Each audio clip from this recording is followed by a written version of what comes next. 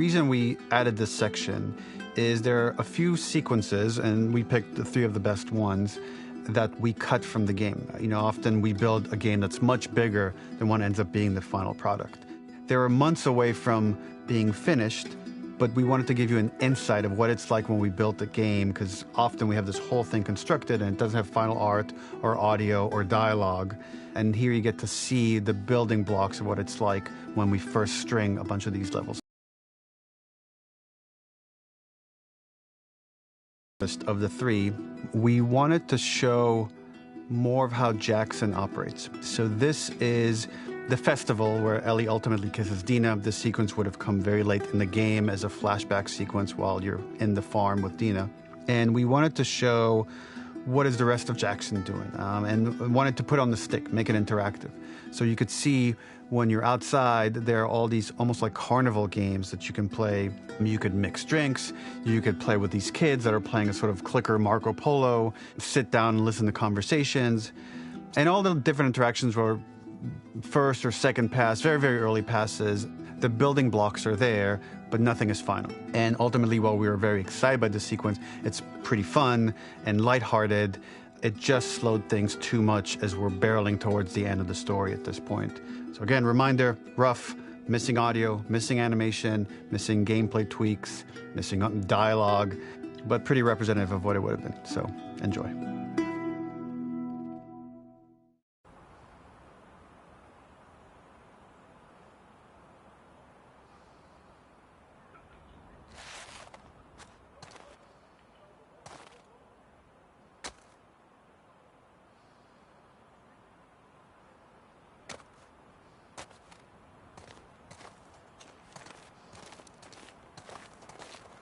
Originally, this level was going to transition us to farm.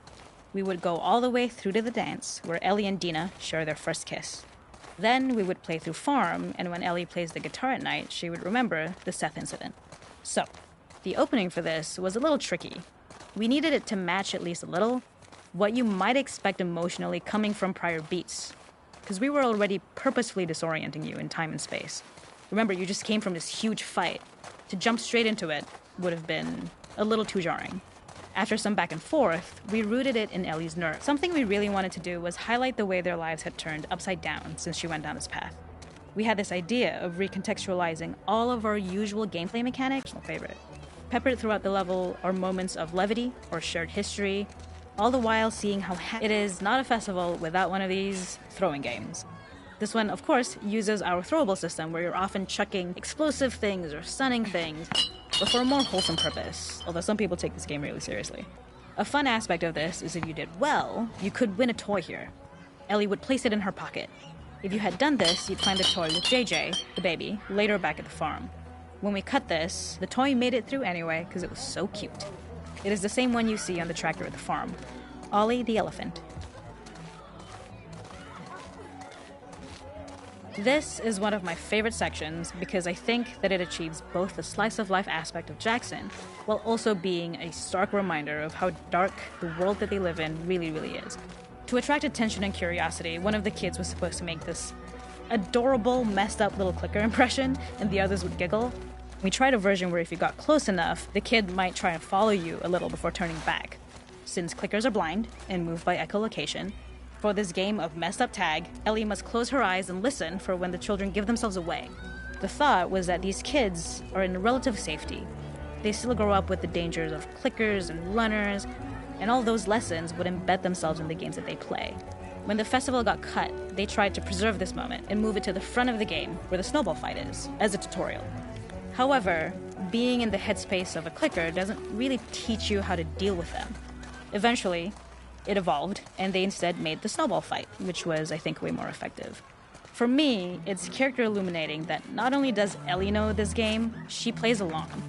There's a familiarity with the kids that's really nice to see, especially because it's such a difference from the Ellie we see later, who has a sort of hollow normalcy that she's trying to get with JJ, but kind of fails.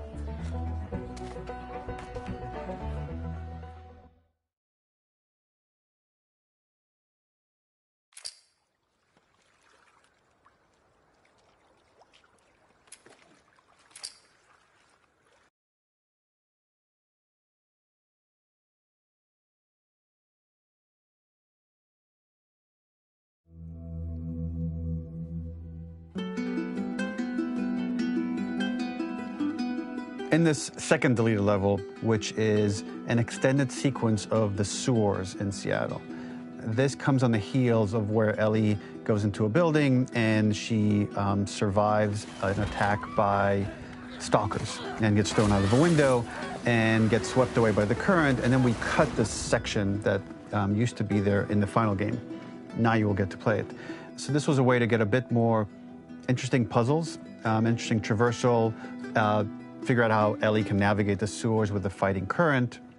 Ultimately, with a lot of these levels and these sequences, the reason why we cut them were for pacing purposes. But here it is for you in this very kind of raw form that part of it will feel finished, parts of it will feel like assets are missing as far as audio, animation won't be final. But it's a glimpse into what a game looks like when it's months away from finishing. Enjoy.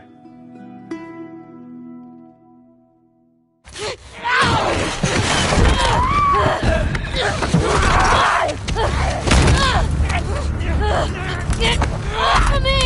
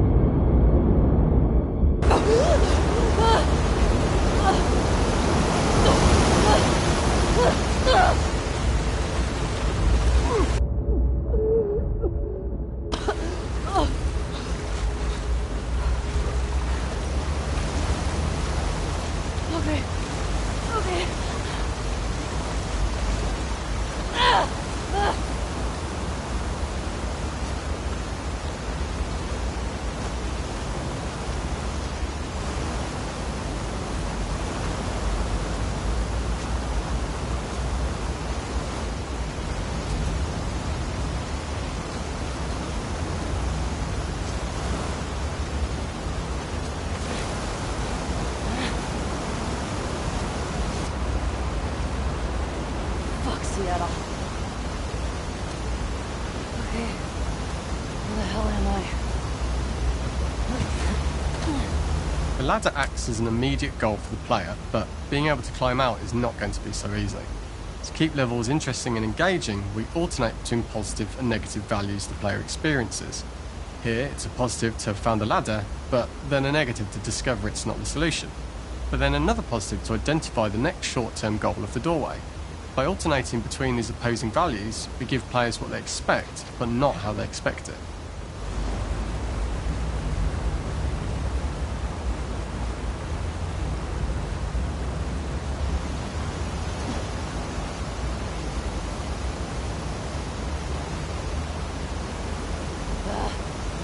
Fucking kidding me.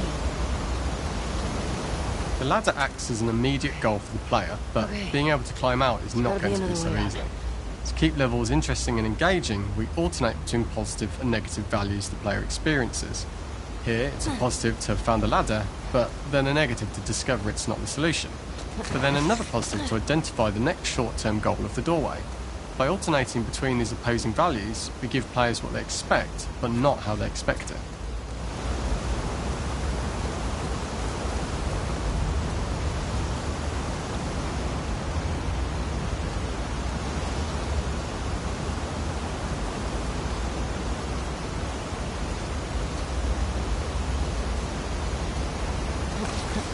The ladder acts as an immediate goal for the player, but being able to climb out is not going to be so easy.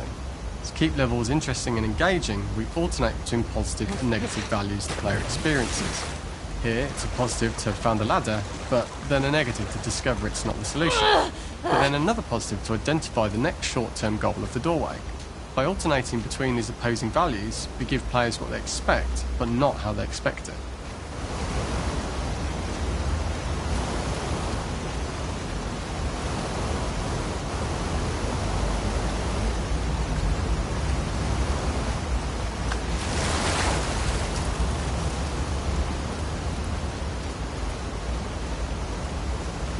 This level, internally known as Find Nora, was quite long in duration as we had to make Ellie traverse a far distance to the opposite side of downtown Seattle.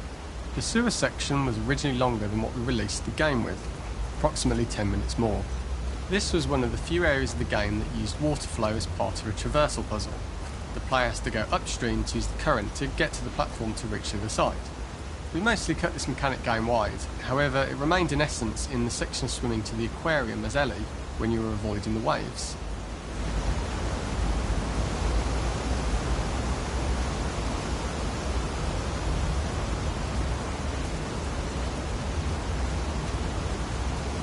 This level, internally known as Find Nora, was quite long in duration as we had to make Ellie traverse a far distance to the opposite side of downtown Seattle. The sewer section was originally longer than what we released the game with, approximately 10 minutes more. This was one of the few areas of the game that used water flow as part of a traversal puzzle. The player has to go upstream to use the current to get to the platform to reach the other side. When players reach the doorway and enter into the room, they are faced with a dead end. The real reason for this dead-end room is that on the reversal when exiting back out of the doorway, players are faced with the route onwards. A pipe that they'd not been able to see when they were swept past it on the way in, and something that was hidden from view when on the side platforms. The intention here being that the only option is to go off the standard path in order to search for a way out. When players reach the doorway and enter into the room, they are faced with a dead end. The real reason for this dead-end room is that on the reversal when exiting back out of the doorway, players are faced with the route onwards. A pipe that they'd not been able to see when they were swept past it on the way in, and something that was hidden from view when on the side platforms. The intention here being that the only option is to go off the standard path in order to search for a way out. Throughout the rest of the level, we also used light to indicate to the player that they were heading in the right direction. At each turn, however, we blocked the direct route, promoting those feelings of being desperate and trapped. We slowly introduced the player to consider climbing into smaller pipes and crouching in these tight spaces. This is to slowly build up to, and encourage, the player to climb into such small pipes that they'd have to be crawling on their stomach, which is something that the player previously may not have recognised as a playable space, Keep going up let alone the desired route they need to take.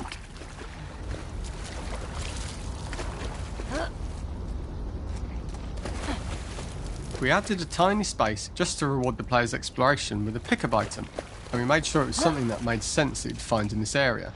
A canister and all the garbage that had been washed into the sewers from the surface. We loved the idea of making Ellie prone through a tiny dirty pipe in order to get out, as it was a great opportunity to use our prone mechanic. The unique camera setup was created to support crawling in these pipes, as the standard prone camera is much higher above the player. We also created custom collision in order for Ellie to manoeuvre in these tight spaces easily. Initially, the oblong collision capsule around her character caused issues crawling around corners. We put extra effort into the custom corner collision so the movement experience is as smooth as the main game. In order for the player to feel cramped, claustrophobic and desperate, we'd been enforcing the traversal mechanics that allow for a tight environment which promote these feelings. We introduced the use of the squeeze through so that we can keep the player feeling enclosed and tight, but without repeating the same geometry. Here we change from low ceilings with wider walls to high ceilings and tight walls to change up the spatial pacing and keep the level from repeating itself.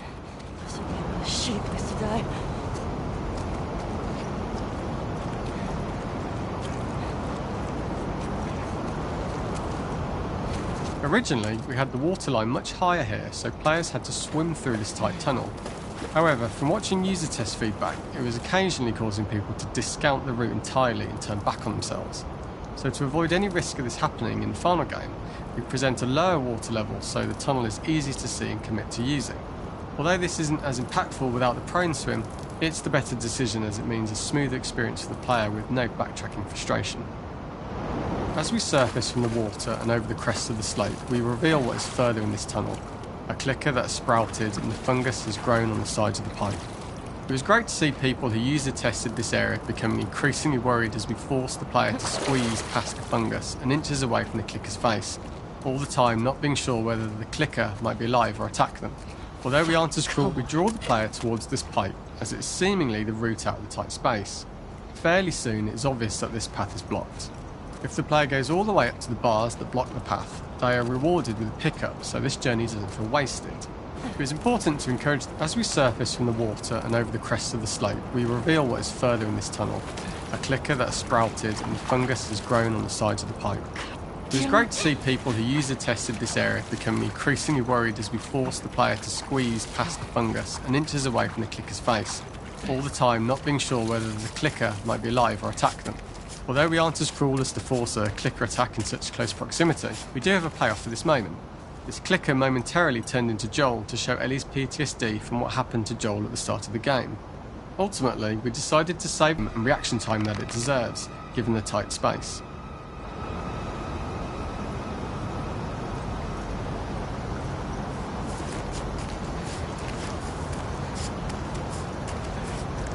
Oh, shit!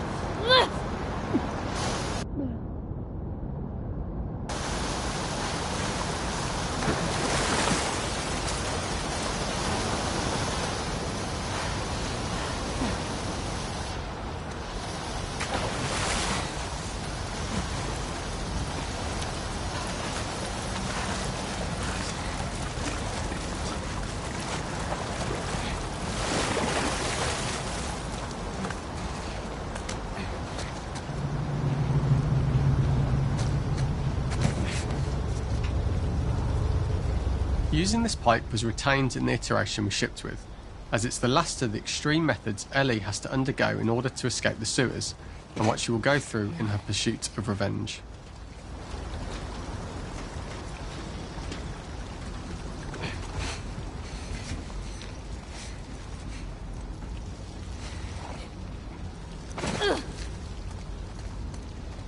The last ladder climb is quite lengthy, and although we could have trimmed it down to a shorter climb, we liked how this last segment of the journey built anticipation for whether there was success at the top or not after all you've been through.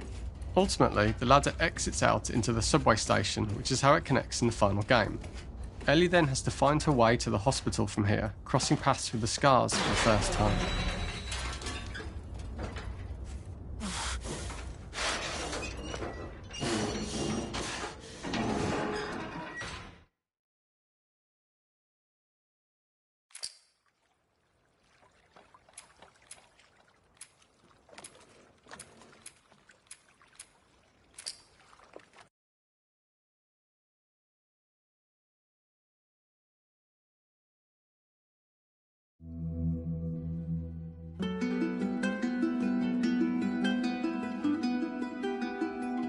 For this third and final deleted level, what we call the boar hunt sequence, this was a sequence pretty late in the game. It was right after the whole Seattle Abby sequence where Abby spares Ellie. And then we wanted to come back into Ellie's story, but keep it a bit mysterious of how much time has passed, where is Ellie now? So we're coming in on Ellie and she's following a trail of blood. And we wanted to mirror in a way the deer hunt sequence from the first game, but this time do it with a boar. And there's something with Ellie that now she can't let go of this violence. She's pursuing it, even against this innocent animal. This was another opportunity to show how the violence that Ellie has experienced, the violence that she witnessed being afflicted onto Joel, is still sticking with her. And she's still experiencing these PTSD moments. This was a sequence that was pretty far along and was cut pretty late in production. Parts of it are still really rough, but the gameplay, the building blocks were all there. I think you'll have fun to see, like, again, a rough, unfinished sequence that you can play in Ellie's journal. So this part of the story that we developed still made its way into the game as kind of optional stuff that you could read about, but here you get to experience it. So as a reminder, this is pretty rough, months away from being finished, but you get to see it now.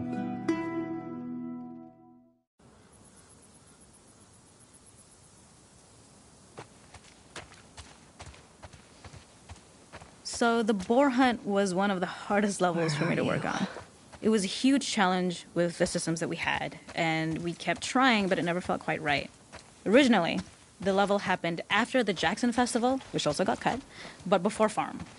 Once the festival got cut, it became the prologue to Farm. The intended experience is that we jump forward in time after the fight with Abby in the theater. We don't know where Dina is. In early iterations of the fight, it was more arena-like. The player slowly whittles down the boar's health. Ellie gets more visceral and more vicious. We get a little worried about her. As the boar gets weaker, more panicked, more feral, and we start feeling sympathetic to the boar, was the hope.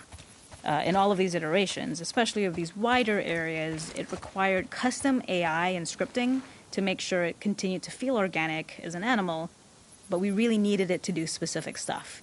It needed to be able to close distances really, really quickly. It needed to charge to attack, but we wanted the feeling of hunting, so we needed to track it down from afar. And we also needed to discourage the player from attacking the boar when it's that close, or it would kind of turn into this melee kerfuffle. How do we do this in our world while keeping the boar believable? We must have gone through 5 or 6 iterations of the boar fight and all, and every single time it changed pretty drastically. We split it into clear phases, where one was like all long range. We tried another where you're getting close and you get the jump on it quite literally. You're jumping off of a rock to attack it. And then finally, we tried a bunch where you almost sort of go around a bunch of trailers and try and wrestle it. We uncovered after some time that taking down a boar over several phases felt very laborious and a little dramatic.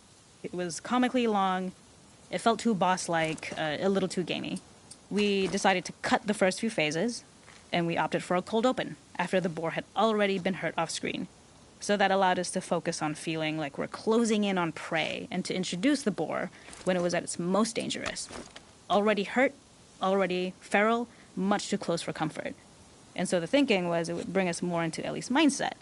Is this really hunting for food, or is she hunting for some other reason? The gas station was built to highlight the boar's destructiveness. Since it's cramped, the boar feels larger. We also feel trapped with it, though perhaps it's trapped with us. When it charges, it gets to us quickly, so we must be on our toes. This made it more aligned with Ellie's sort of hunting for trouble mindset. Listening became more important, as well as moving around slowly so it didn't hear you. Could you spot it before it saw or heard you? And could you get a shot off quickly enough so you could dodge out of the way? Or is the shot worth the cost after? It feels like a gamble. By the end of the fight, everything would likely be in shambles. The boar would burst through the back, and Ellie would follow it and finally enact revenge.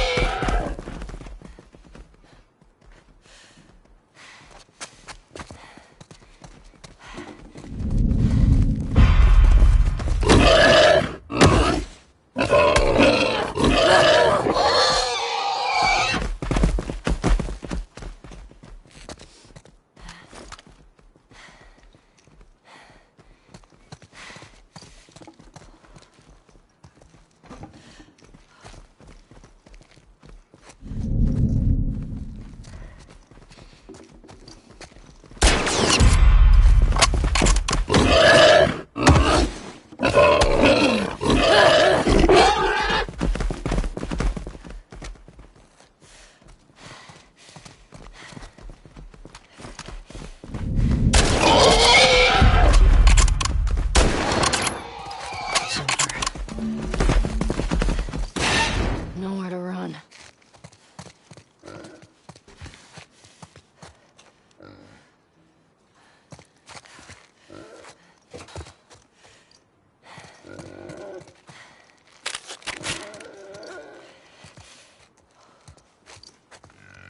The boar kill was supposed to be anything but glorious. With the boar whimpering at the back of the gas station after Ellie's relentless hunt. After this, hearing the drone that we kind of come to associate